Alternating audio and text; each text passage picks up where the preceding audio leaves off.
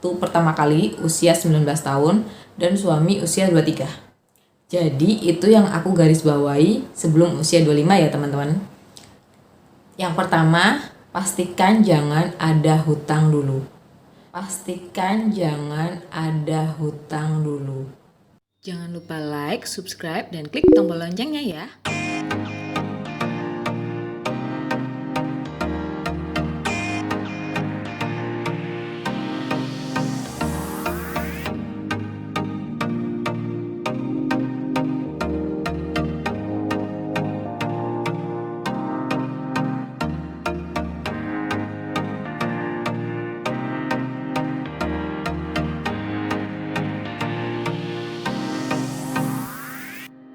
Assalamualaikum warahmatullahi wabarakatuh. Kembali lagi ke channel aku Ade Uni.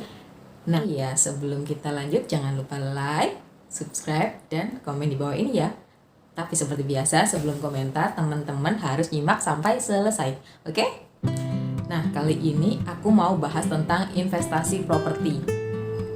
Kebetulan banyak banget DM dan juga WhatsApp yang tanya-tanya tentang properti, terutama untuk investasi dan tempat tinggal.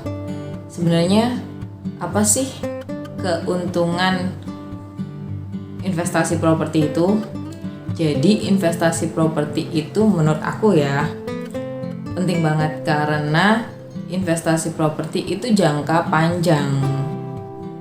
Sangat-sangat minim sekali untuk kembali ke harga di bawahnya. Jadi kalau mau investasi properti aku saranin karena jual kembalinya ini harganya bisa berkali-kali lipat.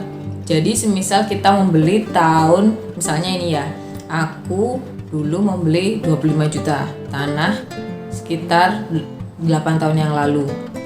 Harga sekarang bisa jadi 100 juta. Yang kedua ini biasa dijadikan acuan untuk sebagai tempat tinggal. Kenapa kita memikirkan investasi properti untuk tempat tinggal kita masa tua? Ya, sebenarnya bukan masa tua juga. Aku awalnya rencana properti beli tanah dulu kan gara-gara ingin membangun rumah bersama suami. Jadi, sebelum menikah kita bisa memiliki rumah sendiri, rencananya seperti itu. Nah, yang ketiga ini kalau properti pasti ada suratnya dan juga legalitasnya jelas. Dan yang paling penting kita beli tanahnya ke tempat yang terjamin. Bisa tanah, bisa rumah, itu yang tempatnya terjamin. Karena kalau kita salah-salah malah kita akan kena yang namanya penipuan. Dan penipuan itu banyak banget. Meskipun di perumahan sendiri ya, di dalam perumahan bisa jadi marketingnya juga dibawa lari uangnya. Jadi kita harus benar-benar tahu tempat kita di mana beli properti tadi. Nah, ini yang paling ditunggu. Bagaimana cara membeli properti sebelum usia 25? Jadi aku kasih garis dulu. Aku dulu beli tanahnya waktu pertama kali usia 19 tahun dan suami usia 23. Jadi itu yang aku garis bawahi sebelum usia 25 ya teman-teman. Yang pertama, pastikan jangan ada hutang dulu. Kalau aku nabungnya dulu dari sekolah, jadi jangan sampai ada tunggakan uang buku atau uang urunan sekolah. Biasanya kan ada kayak tugas kelompok, seperti itu jangan ada dulu. Kalau mau nabung, pertama harus jangan ada tunggakan dulu. Nah, yang kedua itu cek pemasukan dan pengeluaran. Jadi begini, kalau pemasukan kita semisalnya 1 juta, nah kita lihat pengeluarannya, kita buat apa saja sih 1 juta itu, bagaimana cara kita menekan pengeluaran tidak penting agar bisa ditabung. Begitunya ada kebutuhan yang semisal tidak mendesak atau kayak beli baju seperti beberapa bulan yang lalu sudah beli, sekarang kalau bisa jangan beli dulu, uangnya ditabung dulu, beli lagi nanti kalau misalnya bajunya udah agak usam, atau beli lagi kalau ada diskon. Jangan pas ada diskon beli lagi, jangan ya. Nah ini yang ketiga ini yang sering dirasa berat. Kos minimal buat menabung 25% itu minimal ya teman-teman. Aku dulu kalau misalnya bener-bener gak ada pengeluaran khusus, biasanya aku alokasikan 50% buat menabung, dan itu aku lakukan mulai dari sekolah ya kan, soalnya sekolah udah kerja, jadi 50%-nya aku simpen, 50%-nya aku buat kadang jajan, kadang buat keperluan lain gitu. Nah, yang keempat itu sebisa mungkin hindari yang namanya riba. Sebenarnya aku sendiri kan marketing properti ya, tapi aku usahain buat teman-teman aku lurusin kalau sebisa mungkin kita pilih yang syariah. Kalau mau mencari, ada properti yang kita mencari yang misalnya berupa mencicil ya, cicilan yang tanpa riba itu ada. Tapi kita cek lagi itu berbadan yang asli apa tidak, pemiliknya bagaimana, jadi harus benar-benar dicek. Tapi jika teman-teman tidak dimungkinkan untuk mencicil, maksudnya kayak penghasilan per bulan kurang pasti, ya seperti akulah, kalau bisa menghindari yang namanya cicil-mencicil. Jadi kita menabung secukupnya aja dulu. Kita membeli tanah dulu, baru kita bangun pelan-pelan rumahnya. Begitu. Yang terakhir itu jangan lupa sedekah dan juga tetap semangat.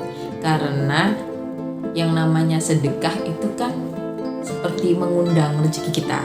Kita nggak pernah tahu rezeki kita ada di mana. Bisa jadi di doa-doa orang-orang yang kita bantu, dan bersedekah pun tidak harus dengan uang. Aku yakin teman-teman pasti banyak yang lebih jago soal sedekahnya. Dan harus tetap semangat. Begini, kan sekarang di musim pandemi, misalnya kita sudah pas-pasan, pengen nabung, pengen punya rumah, pengen punya tabungan, tapi itu benar-benar kesendat. Bagaimana mau menabung, sedangkan uangnya kita itu pas-pasan, kadang malah kurang. Jadi gini, untuk sekarang jika misal teman-teman benar-benar keuangannya benar-benar press, aku saranin untuk menabung properti ini bukannya diundurkan, sementara diredam dulu. Kalau misalnya ada penghasilan lebih, jangan lupa langsung tabung. Ada penghasilan lebih, langsung tabung. Ada uang sisa berapa, langsung tabung. Jangan sampai nanti akhirnya menyesal, loh kenapa aku tidak jadi menabung. Nah itu, jadi sebenarnya tidak ada kata terlambat buat menabung untuk membeli properti. Kembali ke kedisiplinan teman-teman tadi, bisa nggak, maksudnya memanage keinginan dari kecil, dibiasain menabung. Nah ini tuh penting juga, PR banget buat orang tua agar tetap mengajarkan tentang menabung. Dan menabung itu aku dulu dari 1.000, 2.000, 3.000, 10.000, nanti lama-lama jadi bisa beli gelang. Jadi aku pertama kali beli gelang itu usia SD, umur berapa ya, pokoknya kelas 3 atau kelas 4. Itu pertama kali diajari tentang membeli emas.